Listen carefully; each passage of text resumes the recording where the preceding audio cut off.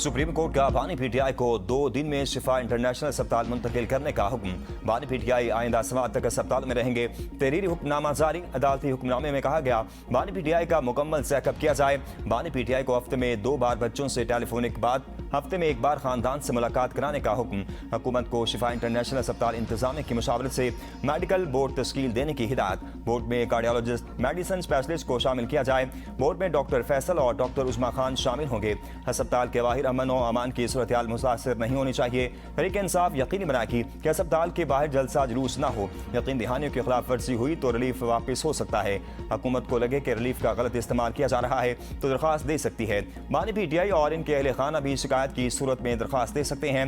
अदालत ने हुकूमत का एतराज़ भी हुक्मनामे का हिस्सा बना दिया। शिफा इंटरनेशनल के अखराजात बानी पीटीआई के अहले खाना अदा करेंगे। आइंदा समात तक बानी के अहले खाना पार्टी अरगान इलाज और सेहत की सूरत हाल अवाम या मीडिया को नहीं बताएंगे। अदालत ने हुकूमत को अस्पताल में बानी पीटीआई की सिक्योरिटी यकीनी बनाने का हुक्म भी दे दिया।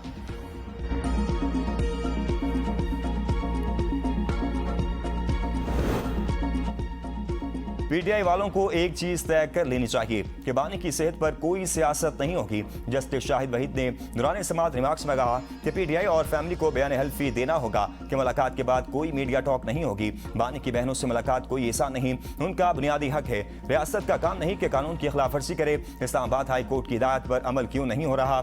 जस्टिस नईम अख्तर अफगान ने बानी पीटीआई के मुकदमात की मुकम्मल तफसील तलब करते हुए कहा कि बानी कितने मुकदमात में अंडर ट्रायल कैदी हैं, तफसील फराहम की जाए। बानी कितने केसेस में सजा याफ्ता है, कितने केसेस में सजा मुअत्तल हो चुकी, इसकी भी तफसील दें। आपकी रिपोर्ट पे लिखा हुआ है कि एंजियोग्राफी करानी है। क्या जेल में एंजियोग्राफी हो सकती है, जिस पर एडवोकेट जनरल इस्लामाबाद ने कहा बाहर अस्पताल से हो सकती है। जस्टिस शाहिद वहीद ने रिमार्क्स दिए कि बानी का मेडिकल बोर्ड देने में क्या मसला है। जो मवाद दिया गया है वो सिर्फ मेडिकल रिपोर्ट की समरी है।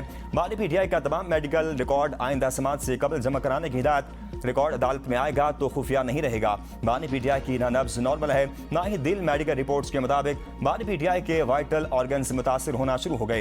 एडवोकेट जनरल इस्लामाबाद ने अदालत को बताया कि मुलाकात के बाद मीडिया टॉक न करने की यकीन दहानी की खिलाफ वर्जी की गई।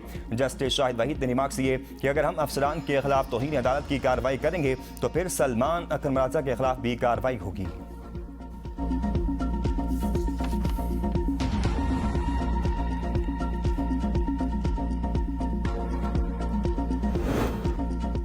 हुकूमत का बानी पीटीआई केस में नजरसानी दरख्वास्त का फैसला। वज़ीर कानून आजम नज़ीर तारड़ का कहना है बानी का इलाज सरकारी अस्पताल से कराने के लिए सुप्रीम कोर्ट में नजरसानी दरख्वास्त दायर करेंगे। निजी अस्पताल में तिब्बी मुआयने की सहूलत तमाम कैदियों के लिए ज़ेर गौर आएगी। सरकारी अस्पताल में इलाज मुमकिन न होने की ठोस वजह जरूरी है। निजी अस्पताल मुंतकली के मामले में कानूनी पेचीदगियां दूर करना होंगी। ये हुक्म सिर्फ एक फर्द तक महदूद होगा या तमाम कैदियों पर लागू होगा, इबहम दूर करना जरूरी है। अदालती हुक्म आइन और कानून के मुकर्ररा पैरामीटर्स के मुताबिक होना चाहिए। वज़ीर दिफा ख्वाजा आसिफ का कहना है तहरीक इंसाफ की अपने कायद के लिए एनआर हासिल करने की ख्वाहिश नई बुलंदियों को छू रही है।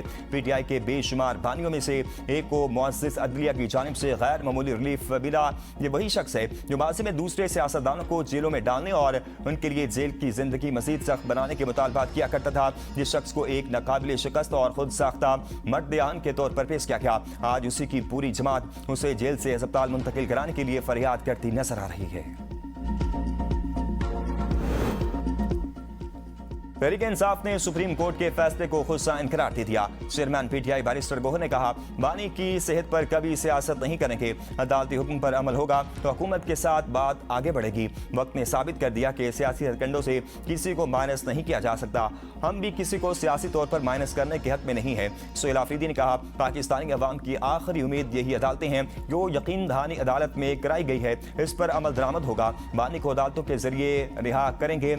सलमान अख्तर मिर्जा ने सुप्रीम कोर्ट फैसला उम्मीद की किरण करार दे दिया। कहा यकीन दहानी कराते हैं, हम रिपोर्ट्स को सियासत के लिए इस्तेमाल नहीं करेंगे। बानी के मुआयने के बाद मेडिकल रिपोर्ट खानदान तक महदूद रहेगी। अदालत ने 2 दिन में बानी पीटीआई को शिफा अस्पताल मुंतकिल करने का हुक्म दे दिया।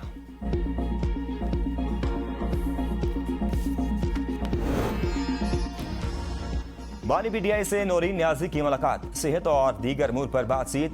नौरीन न्याजी ने बानी को सुप्रीम कोर्ट के हुक्म से मुतल्लिक आगाही भी फराहम की। मुलाकात 1 घंटे से ज़ायद जारी रही। मुलाकात के बाद सहाफ़ी के सवाल पर नौरीन न्याजी का खामोश रहने का इशारा। बुशरा बीबी से भी फैमिली की मुलाकात। बुशरा बीबी से बेटी मुबशरा शेख और भाभी महरुनिसा ने जेल में मुलाकात की। पीटीआई ने मिठाई जल्दी खा ली। वज़ीर मुमलिकत बराए दाखिला तलत चौधरी का कहना है पीटीआई खुद ही डील बना लेती है, खुद ही बातें फैला देती है। आज के अदालती फैसले का मतलब है कि मुल्क में निज़ाम काम कर रहा है। जब तक हुकूमत और रियासत की जोड़ी कायम है, किसी साजिश की गुंजाइश मौजूद नहीं, किसी भी गैर मामूली नहीं, निज़ाम अपनी जगह कायम है। पहले भी कहा था जेल हुकाम और अदालत ही मुलाकात करा सकती है। ये तो कहते थे कि ना 26वीं तरमीम को मानते हैं ना पार्लियामेंट को। बानी पीटीआई की अस्पताल मुंतकली का फैसला अच्छा बहुत पहले होना चाहिए था। मौलाना फजल रहमान की मीडिया से गुफ्तगू। कहा सुप्रीम कोर्ट का फैसला खुशाइंद है, हुकूमत और अपोजिशन में माकूल दूरी होनी चाहिए। तासुब या नफरत और बिला वजह मुखालफत बराए मुखालफत नहीं होनी चाहिए। अपोजिशन का फर्ज है हुकूमती कमजोरियों की निशानदही करे। सूबों के मामले को बहस पर छोड़ देना चाहिए, सूबों पर बहस करने दें। इसमें असूली मौक़िफ़ और अमली हैसियत क्या है। अपोजिशन लीडर महमूद अजगज़ई ने कहा कि पाकिस्तान मसाइल में घिरा हुआ है, हर कैदी को इसका जायज़ और कानूनी हक मिलना चाहिए। संगीन से संगीन मुजरिम भी हो तब भी इसका हक है कि उसका इलाज किया जाए। बच्चों और वकील से मिलने की इजाजत दी जाए।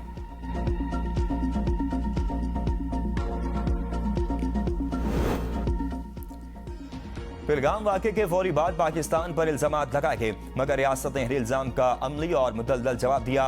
वज़ीर इत्तेहाद अता तारड़ का तक़रीब से खिताब। कहा पहलगाम वाक़े पर शफ़ाफ़ बैन अक़वामी तहक़ीक़ात की वज़ीर आज़म की पेशकश ने भारतीय बयानियों को बेनकाब कर दिया। भारत पाकिस्तान पर क्रॉस बॉर्डर टेररिज्म का इल्ज़ाम लगाता है, मगर खुद बैरून मुल्क कार्रवाइयों में मुलव्विस रहा। पाकिस्तान ने आलमी सतह पर वाज़ेह किया कि दहशतगर्दी के इल्ज़ामात का हकीकत पर मबनी जवाब दिया जाएगा। पाकिस्तान ने दहशतगर्दी के खिलाफ जंग में 90,000 जानों की कुर्बानियाँ दी। पाकिस्तान का इंसदाद दहशतगर्दी बयानिया आलमी सतह पर मौसर अंदाज में तस्लीम किया गया। रियासत मुखालिफ बयानिया और ज़हन सादी के खिलाफ मौसर निज़ाम तैयार करना जरूरी है। नेशनल एक्शन प्लान के तहत मौजूदा कानूनी फ्रेमवर्क को मज़ीद बेहतर बनाया जा रहा है। गूगल का पाकिस्तान में दफ्तर खुल गया। वज़ीर आज़म ने गूगल के पाकिस्तान ऑफिस का इफ्तिताह किया। गूगल के वफ़द से भी मुलाकात। कहा पाकिस्तान गूगल के लिए एक अहम और खूबसूरत नए सफ़र का आगाज़ है। गूगल मारूफ टेक्नोलॉजी कंपनी पाकिस्तान में, इसके लिए बेपनाह मौक़े मौजूद हैं। गूगल पाकिस्तान के साथ तवील मुद्दती शराकत दारी का ख़्वाह है।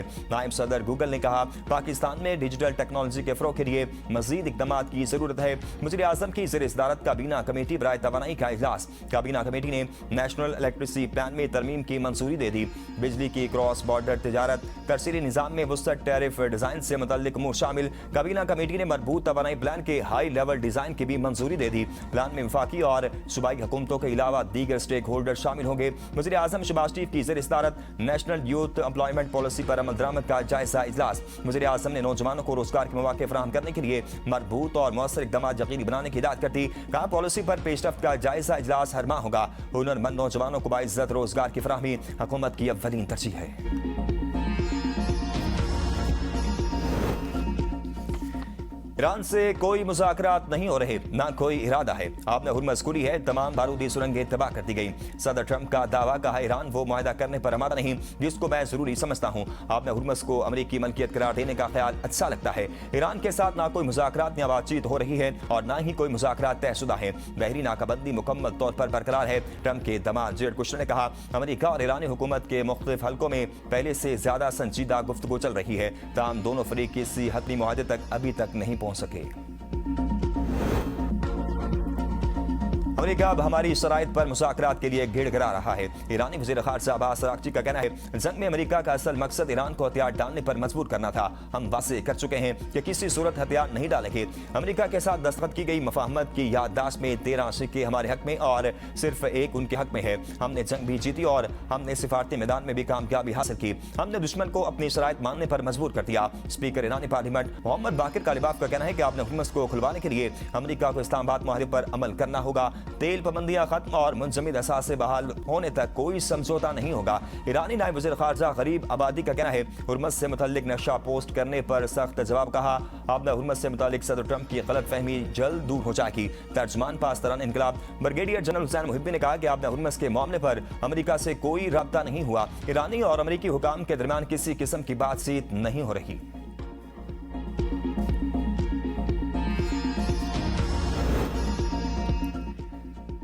पेट्रोलियम मसनूआत की कीमतों में फिर इजाफा। पेट्रोल 3 रुपये 34 पैसे महंगा कर दिया गया। डीजल की कीमत में 5 रुपये 27 पैसे फी लीटर का इजाफा। पेट्रोल की नई कीमत 334 रुपये 54 पैसे, जबकि डीजल की नई कीमत 395 रुपये 69 पैसे हो गई। महंगाई के सताए शहरियों को बिजली का एक और झटका देने की तैयारी। फी यूनिट कीमत में ₹2.52 का इजाफा। CPPA ने जुलाई की माहाना फ्यूल प्राइस एडजस्टमेंट की मद में दरखास्त नेपरा में दायर कर दी। नेपरा दरखास्त पर 27 अगस्त को समाअत करेगा। दरखास्त के मुताबिक जुलाई में पानी से 39.81% और दरामदी कोयले से 14.34% बिजली पैदा की गई। पेट्रोलियम कीमतों में इजाफा वापस ना लिया गया तो मुल्क घेर धरने देंगे। अमीर जमात इस्लामी हाफिज नईम का लाहौर में धरने के शुरका से खिताब। कहा FBR का इदारा नहल और करप्ट है, वो अपने टैक्स अदा पूरे नहीं करता, जबकि बिजली के बिलों के जरिए आवाम से हजारों अरबों रुपए वसूल किए जा रहे हैं। हुकूमतों ने IPPs के नाम पर आवाम के साथ जुल्म किया और कौम की जेब पर डाका मारा। ताकतवर तबके को मजबूत किया गया। हुक्मरान तबके की पॉलिसी ने आवाम को शदीद परेशानियों में मुब्तला कर रखा है।